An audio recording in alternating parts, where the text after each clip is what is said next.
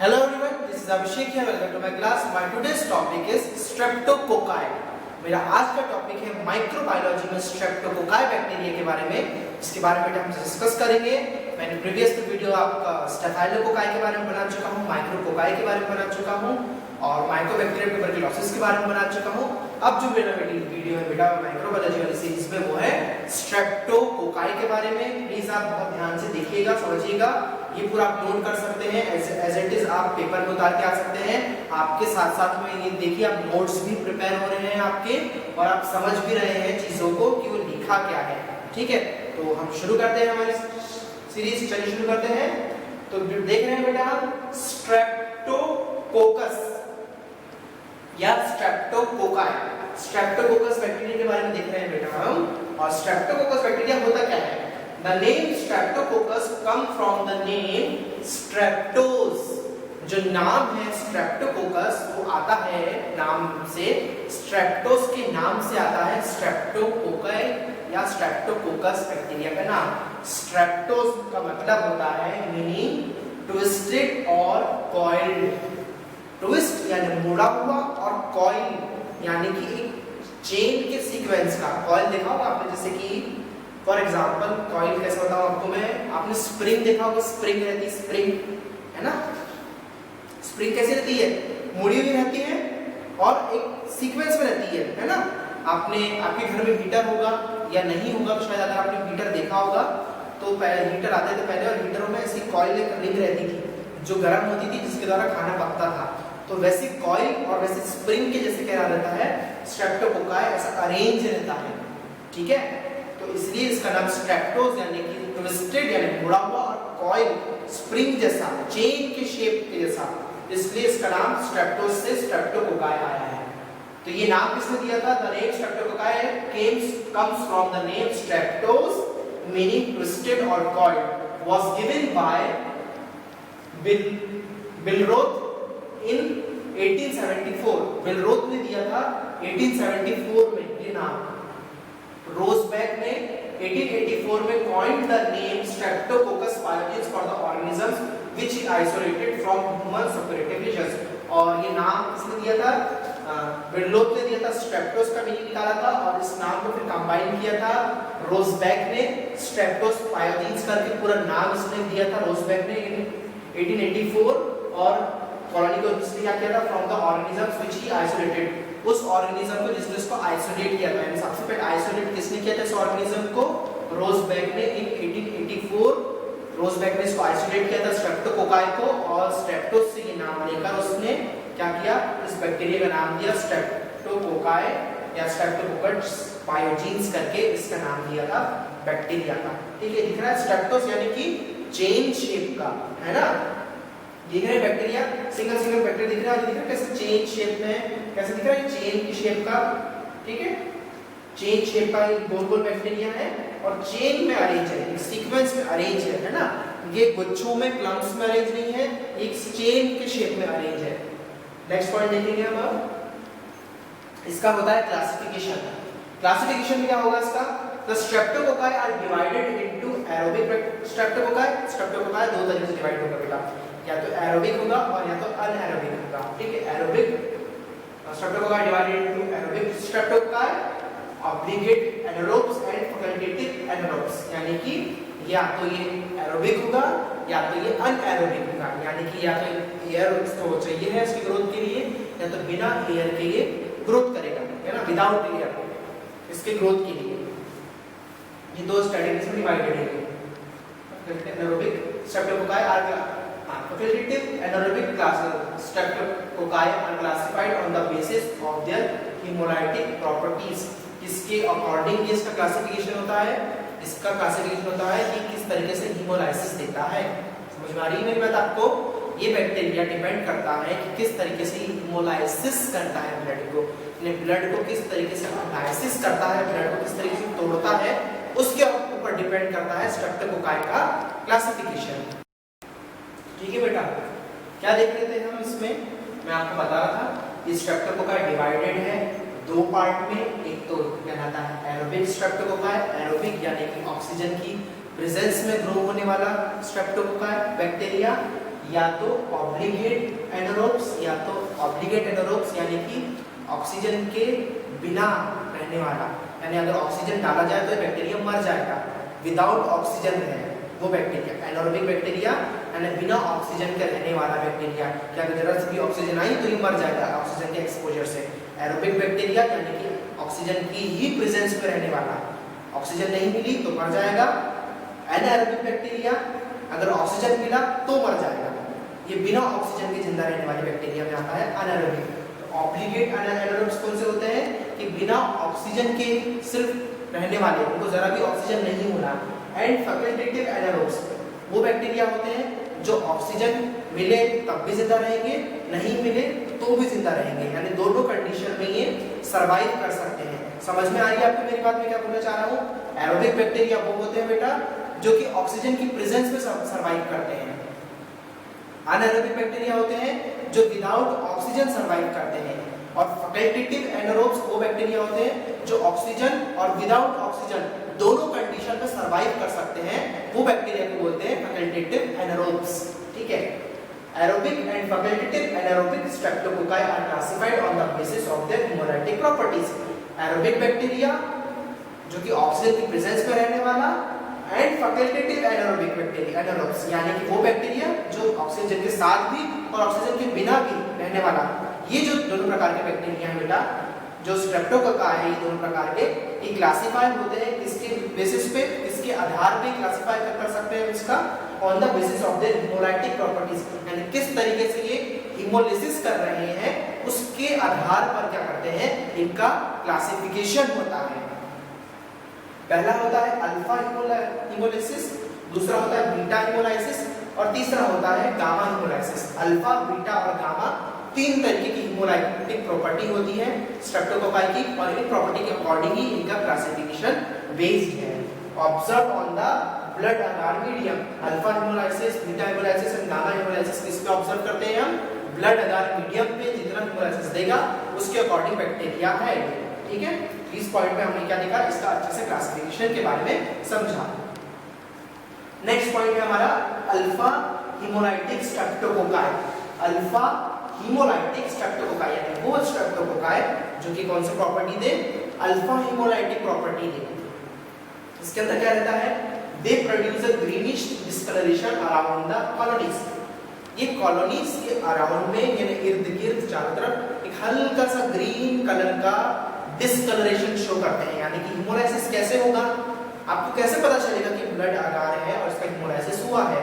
Bacteria क्या करेगा बेटा, उतनी जगह को खा जाएगा, यानी कि ब्लड अगार है यानी ऑब्वियसली इसमें ब्लड प्रेजेंट है ना, हीमोग्लोबिन प्रेजेंट है इसके अंदर। कौन सा ब्लड यूज करते हैं? शीप या रैबिट ब्लड यूज करते हैं, जिसमें बैक्टीरिया बहुत अच्छे से ग्रो कर पाता है। ठीक है, अब ये ब्लड मिला हुआ है, इसमें ब्लड में सारे न्यूट्रिशन है, तो बैक्टीरिया क्या करेगा? हीमोलाइसिस करेगा, हीमोग्लोबिन को तोड़ देगा, हीमोग्लोबिन का ब्रेकडाउन करेगा। अगर हीमोग्लोबिन का ब्रेकडाउन होगा उतनी जगह से क्या है, जो ब्लड अगार है जहां पूरा लाल कलर रहता है, रेड कलर रहता है, तो वो एरिया बेटा व्हाइट व्हाइट हो जाएगा। व्हाइट या व्हाइट नहीं, ट्रांसपेरेंट हो जाएगा। ठीक है, धुंधला धुंधला हो जाएगा, यानी वो एरिया अब जितने एरिया में हमने स्ट्रिकिंग करी है, बैक्टीरिया की जितनी स्ट्रिकिंग करके ग्रोथ करवाई है, उतने एरिया में क्या दिखेगा? वो पूरा ट्रांसपेरेंट दिखेगा, यानी उसमें ग्रोथ दिखेगी और वो रेड कलर नहीं दिखेगा उस पोर्शन में, यानी कि उस एरिया में बैक्टीरिया ने क्या करा है? हीमोलाइसिस कर दिया है, ब्लड को खा गया है उतनी जगह पे। ठीक है, इस तरीके से ब्लड अगार में हीमोलाइसिस देखते हैं। मैं आगे चल के आपको इमेज में बताऊंगा कि किस तरीके से दिखता है, अभी अपन थ्योरी में समझ लेते हैं। ठीक है, तो क्या है? Discoloration around the colonies, greenish हल्का सा हरा कलर का डिस्कलरेशन, यानी जो कलर ब्राइट कलर है वो डिस्कलर हो जाएगा, यानी कि वो धुंधला हो जाएगा, उसका बेरंग हो जाएगा। समझ में आ रही है बात? जो रंग है अभी लाल रंग का वो बेरंग हो जाएगा, यानी कि वो लाल से ट्रांसपेरेंट पारदर्शी हो जाएगा, और वो पारदर्शी जो दिखेगा हल्का सा हरे कलर का पारदर्शी रंग दिखेगा उसका उस जगह पे जहां पे बैक्टीरिया ने हीमोलाइसिस किया गया है। ठीक है, पॉइंट क्लियर हुआ आपको? अब आगे बढ़ते हैं। This is due to partial hemolysis. ये किसके कारण होता है? पार्शियल, यानी कि पूरा हीमोलाइसिस नहीं होता है, पर कुछ हद तक हीमोलाइसिस हो जाता है। ठीक है, the zone of hemolysis is small. जो जोन रहती है यानी जो एरिया रहता है हीमोलाइसिस का वो छोटा रहता है, 1 to 2 mm वाइड, 1 से 2 mm उसकी चौड़ाई होती है इसकी हेमोलाइसिस की, with presence of unlysed erythrocytes which are detectable microscopically, और प्रेजेंस रहती है अनलाइज्ड इरिथ्रोसाइट यानी बिना टूटी हुई आरबीसी क्या रहती है वहां पे इर्द-गिर्द प्रेजेंट रहती है, जिसको हम माइक्रोस्कोप से देख सकते हैं। बात समझ में आ रही है आपको मेरी कि हम इसको माइक्रोस्कोप से देख सकते हैं, यानी बीच-बीच एरिया से तो बैक्टीरिया ने खा लिया है, इर्द-गिर्द तो अभी भी रेड है, इर्द-गिर्द रेड है और अभी भी आरबीसी प्रेजेंट है, उसके आसपास अनलाइज्ड यानी बिना टूटी हुई आरबीसी प्रेजेंट है, जिसको हम माइक्रोस्कोपिकली देख सकते हैं। तो अल्फा हेमोलाइटिक स्ट्रेप्टोकोकाई में क्या देखा हमने, ये प्रोड्यूस करते हैं हल्का सा ग्रीनिश डिस्कलरेशन, हल्के से ग्रीन कलर का बेरंग वहां पे प्रोड्यूस करते हैं, वहां पे रंग हट जाता है और क्या होता है कॉलोनीज के आजू-बाजू और पार्शियल हल्का हल्का हेमोलाइसिस देते हैं, और जो इसकी जोन है कितनी है 1 to 2 mm वाइड इसकी जोन रहती है। तो ये देखा हमने अल्फा हेमोलाइसिस के बारे में। इसके बाद हम नेक्स्ट देखेंगे बीटा हेमोलाइसिस के बारे में। Beta hemolytic streptococci, this streptococci produce a clear colorless zone of complete hemolysis। ये पॉइंट ध्यान रखना कि अल्फा हेमोलाइसिस पार्शियल, अल्फा जो हेमोलाइटिक स्ट्रेप्टोकोकाई होता है वो पार्शियल हेमोलाइसिस करता है, यानी कि कुछ तौर पे पार्शियल यानी कुछ तौर पे करता है, पूरा हेमोलाइसिस नहीं करता है ब्लड अगार को। पर जो बीटा हेमोलाइसिस होता है वो कंप्लीट हेमोलाइसिस होता है, यानी जितनी जगह पे आपने स्ट्रिकिंग करी है, जितनी जगह पे जितनी एरिया पे बैक्टीरिया ग्रो करवाया है, उतनी पूरी जगह पे वो पूरी तरीके से उसको ट्रांसपेरेंट ट्रांसलूसेंट कर देगा, पानी की जैसा पारदर्शिता कर देगा उसकी, है ना। जो अगार है, अगार जो है आपका सॉल्यूशन मीडिया अगार, वो ट्रांसपेरेंट हो जाएगा उतनी जगह से जितनी जगह पे हेमोलाइसिस हुआ है। ये कैसे देता है, complete zone of hemolysis is provided by beta hemolytic streptococci. This streptococci produce a clear एकदम ट्रांसपेरेंट कलरलेस, कोई भी कलर नहीं रहता है उसमें क्या था अल्फा में ग्रीनिश कलर था, इसमें कोई कलर भी नहीं है, colourless zone of complete hemolysis, और पूरी तरीके से हेमोलाइज करता है वो, उसमें अनलाइज्ड आरबीसी आपको नहीं दिखेगी, है ना, पूरी क्योंकि तोड़ चुका है। पर अल्फा में हमको अनलाइज्ड बिना टूटी हुई आरबीसी भी हमको नजर आती है माइक्रोस्कोपिकली, पर इसमें हमको कुछ भी नजर नहीं आता है, पूरी तरीके से डिस्कलरेशन करता है, पूरी तरीके से कलरलेस होता है, पूरी तरीके से क्लियर और पूरी तरीके से कंप्लीट जोन ऑफ हेमोलाइसिस देता है। ये 2 to 4 mm वाइड इसकी कॉलोनीज की ग्रोथ रहती है around the colonies within which erythrocyte are completely lysed, जिसके अंदर क्या होता है erythrocyte क्या होती है पूरी तरीके से lysed रहती है, टूटी हुई रहती है, ब्रेक रहती है। The lysis of erythrocyte is due to the production of two types of streptolysin by the organisms। जो lysis होता है किसका, आपका आरबीसी का या एरिथ्रोसाइट का जो लाइसिस रहता है किसके कारण होता है, the lysis is due to the production होता है, बन रही कोई चीज है, प्रोडक्शन यानी कोई चीज यहाँ पे बन रही है बेटा। अब क्या बन रही है, आरबीसी का लाइसिस हो रहा है एरिथ्रोसाइट का, और किसके ऊपर डिपेंड है, दो चीज का प्रोडक्शन हो रहा है, production of 2 types of streptolysin, 2 तरीके के स्ट्रेप्टोलाइसिन बन रहे हैं स्ट्रेप्टोकोकाई बैक्टीरिया के द्वारा, जिसके कारण क्या हो रहा है, ब्लड का या एरिथ्रोसाइट का लाइसिस हो रहा है। ठीक है, हेमोलाइसिस किस कारण हो रहा है, स्ट्रेप्टोलाइसिन करके 2 कंपोनेंट है जो कि कौन प्रोड्यूस कर रहा है, स्ट्रेप्टोकोकाई बैक्टीरिया प्रोड्यूस कर रहा है, जिसके कारण क्या हो रहा है, ब्लड में लाइसिस हो रहा है। Streptolysin O and streptolysin S, ये 2 तरीके के एंजाइम और जो कंपोनेंट्स हैं ये प्रोड्यूस करता है, कौन प्रोड्यूस करता है, स्ट्रेप्टोकोकाई प्रोड्यूस करता है, streptococci O and streptococci S। इस स्ट्रेप्टोलाइसिन के कारण क्या होता है, एरिथ्रोसाइट लाइसिस होती है और एरिथ्रोसाइट टूटती है। गामा और non hemolytic streptococci, they do not produce hemolysis, कोई भी हेमोलाइसिस देते ही नहीं है। And streptococci faecalis is a typical example, इसका जो स्पीसीज है स्ट्रेप्टोकोकाई की, स्ट्रेप्टोकोकाई फेकालिस, इसका एक एग्जांपल है कि ये क्या करते हैं, बिल्कुल भी लाइसिस नहीं करते हैं, यानी no hemolysis. Non hemolytic streptococci होता है जो गामा स्ट्रेप्टोकोकाई होता है या गामा हेमोलाइटिक स्ट्रेप्टोकोकाई होता है, वो नॉन हेमोलाइटिक होता है, यानी वो हेमोलाइसिस करता ही नहीं है। और उसका बेस्ट एग्जांपल कौन सा है, स्ट्रेप्टोकोकाई फेकालिस नाम का जो स्पीसीज है इसकी स्ट्रेप्टोकोकाई की, स्ट्रेप्टोकोकस फैमिली की, वो बिल्कुल भी हेमोलाइसिस नहीं करते हैं। तो हमने क्या समझा बेटा, अल्फा बीटा गामा 3 हेमोलाइसिस के अकॉर्डिंग हमने इसकी क्लासिफिकेशन की स्टडी करी। अब हम नेक्स्ट पॉइंट देखेंगे। ये देखो बीटा हेमोलाइसिस, ये फर्स्ट वाला दिख रहा है आपको, एकदम ट्रांसपेरेंट है। ये जो पूरा रेड दिख रहा है ये ब्लड अगार है, ये ब्लड अगार की प्लेट 10 स्ट्रिकिंग करी गई है और ये पूरा इसने क्या करा, हेमोलाइज कर दिया है, पूरा पारदर्शित कर दिया है ना। जरा सा भी इसमें दूसरा कलर नहीं आ रहा है, ये आपको हल्का सा अगर येलो लग रहा होगा पर वैसा नहीं दिखता है क्योंकि अगर अगर का हल्का सा कलर ही जैसा होता है, ठीक है। पूरी तरीके से इसने क्या कर दिया है, ब्लड को हटा दिया, लाइसिस कर दिया है। अल्फा देख रहे हो ये मिडिल में है, अल्फा हल्का सा ग्रीनिश कलर का है और ये कुछ हेमोलाइसिस देता है। और नॉन हेमोलाइटिक या तो गामा हेमोलाइटिक में देख रहे हो आप, बिल्कुल भी कोई भी हेमोलाइसिस सीन नहीं दिख रहा है, ठीक है। इस तरीके से ये क्या करता है, ब्लड अगार में हेमोलाइसिस प्रोड्यूस करता है। तो हमको पता लगता है कि कौन सा स्ट्रेप्टोकोकाई इसमें प्रेजेंट है। इसके अकॉर्डिंग हम डिटेक्ट करते हैं अल्फा बीटा और गामा हेमोलाइटिक प्रॉपर्टीज बहुत अच्छे से देख लेना, चाहे स्क्रीनशॉट ले लेना।